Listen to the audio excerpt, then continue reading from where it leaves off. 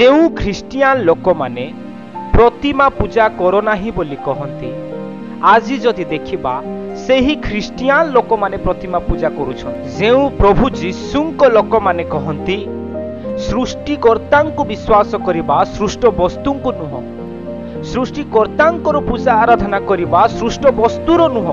किंतु जदि आमे वर्तमान समय को देखिबा तेबे बहुत लोक माने सृष्ट वस्तु को पूजा आराधना करिबा पाई व्यस्त होई लागि पड़िछन। पवित्र वाक्य कहे, परमेश्वर निजे कहंती तुम्भे आपना निमंते कौनसी खतित प्रतिमा निर्माण करिबो नाही, कि उपरिस्थ स्वर्ग रे कि नीचस्थ पृथ्वी रे कि पृथ्वीर नीचस्थ जल रे थिबा कौनसी वस्तुर प्रतिमूर्ति निर्माण करिबो नाही।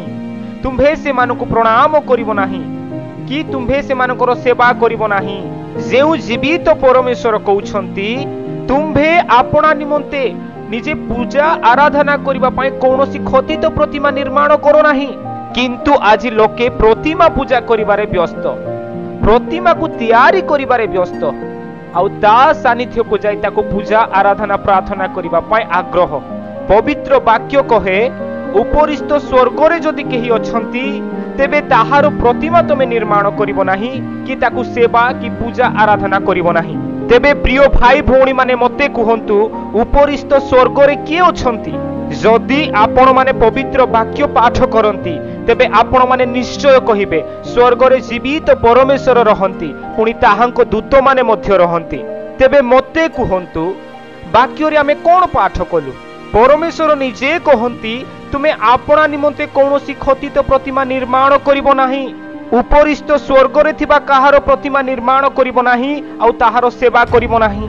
ता माने पवित्र वाक्य अनुसार स्वयं उपरिस्थ स्वर्गर परमेश्वर को प्रतिमा निर्माण करिबा मना अटे, आउ सेही प्रतिमा आगरे प्रणाम करिबा मध्य मना अटे। किंतु लोके एही पवित्र वाक्य पाठ कला परे मध्य सत्य जेमिति परमेश्वर को देखिछंती, परमेश्वर को गोटे आकार दे गोटे प्रतिमा निर्माण करी ता आगरे पूजा आराधना करंती।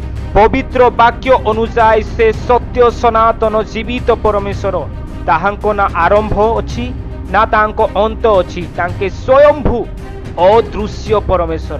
कारण परमेश्वर कौनसी माटी पिंडुला रे कि कौनसी पत्थर रे रुहंती नाय, किओ बा कौनसी चारि कांथर गोटे मंदिर भितरे रुहंती नाय।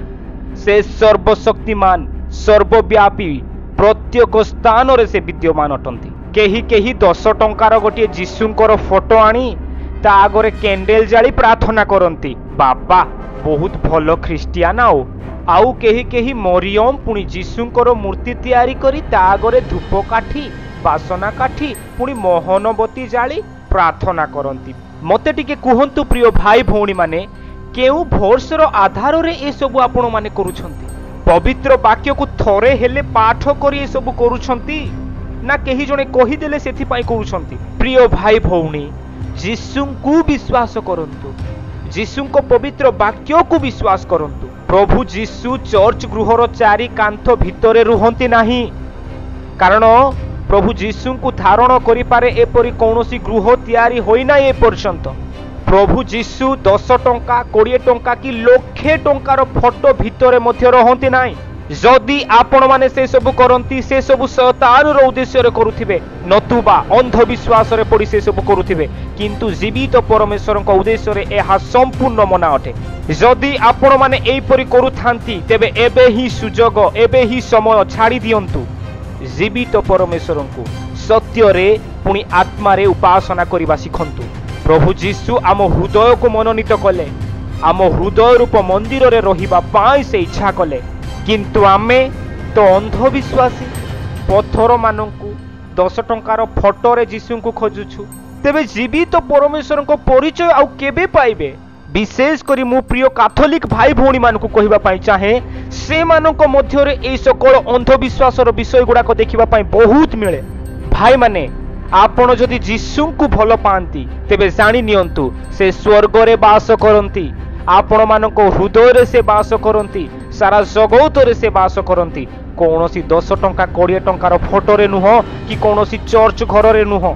आमे माने सकल विषय जानू पुनी मिथ्या त्याग करी सत्य को प्रेम करू, तेबे परमेश्वर आशीर्वाद करिवे।